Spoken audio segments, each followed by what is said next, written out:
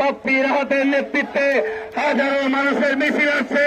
করতালি দিয়ে আমরা স্বাগত জানাই, করতালি দিয়ে আমরা স্বাগত জানাই।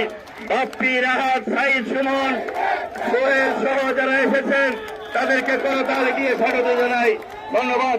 এই পর্যায়ে বক্তব্য রাখবেন জেলা বিএনপির সাবেক সহ সভাপতি, বিভাগীয় জজ, মনোনয়ন প্রত্যাশী, বিপ্লবী জননেতা জনাব রেজাউল করিম খান চন্নু ভাই।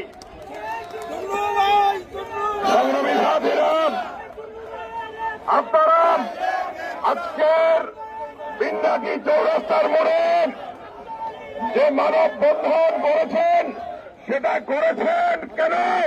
করেছেন কিশোরগঞ্জ সদর আসনে একজন বিতর্কিত চাঁদাবাজ দুর্গন্ধযুক্ত ব্যক্তিকে কেন্দ্র থেকে মনোনয়ন দেওয়া হয়েছে একজন ষড়যন্ত্রকারীর নেতৃত্বে, এবং তার অর্থ খরচের মাধ্যমে এই মনোনয়ন দেওয়া হয়েছে। বন্ধুরা আমার, আমরা কিশোরগঞ্জবাসী স্বাধীনতার পর থেকে আজ যাবৎ কিশোরগঞ্জের উন্নয়নের জন্য আমরা তেমন কিছু পাইনি বলেই আমরা আন্দোলন সংগ্রাম করে যাচ্ছি যে কিশোরগঞ্জ শহরকে, কিশোরগঞ্জ জেলাকে বাংলাদেশের মধ্যে অন্যতম একটি জেলা হিসেবে পরিগণিত করতে চায়।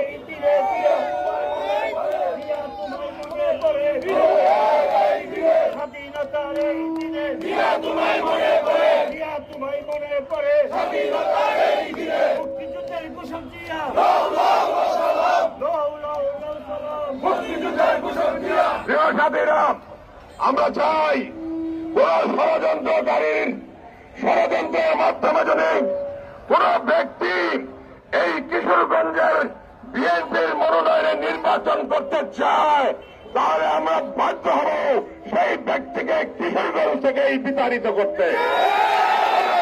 ঘোষণা করতে চাই, কিশোরগঞ্জ জেলার সভাপতির দায়িত্ব থেকে যিনি ভৈরবকে জেলা করে কিশোরগঞ্জ জেলাকে দ্বিখণ্ডিত করতে চায়, আমরা তাকে কিশোরগঞ্জ থেকে বহিষ্কার করব এবং কিশোরগঞ্জে তাকে প্রবেশ করতে দেওয়া হবে না।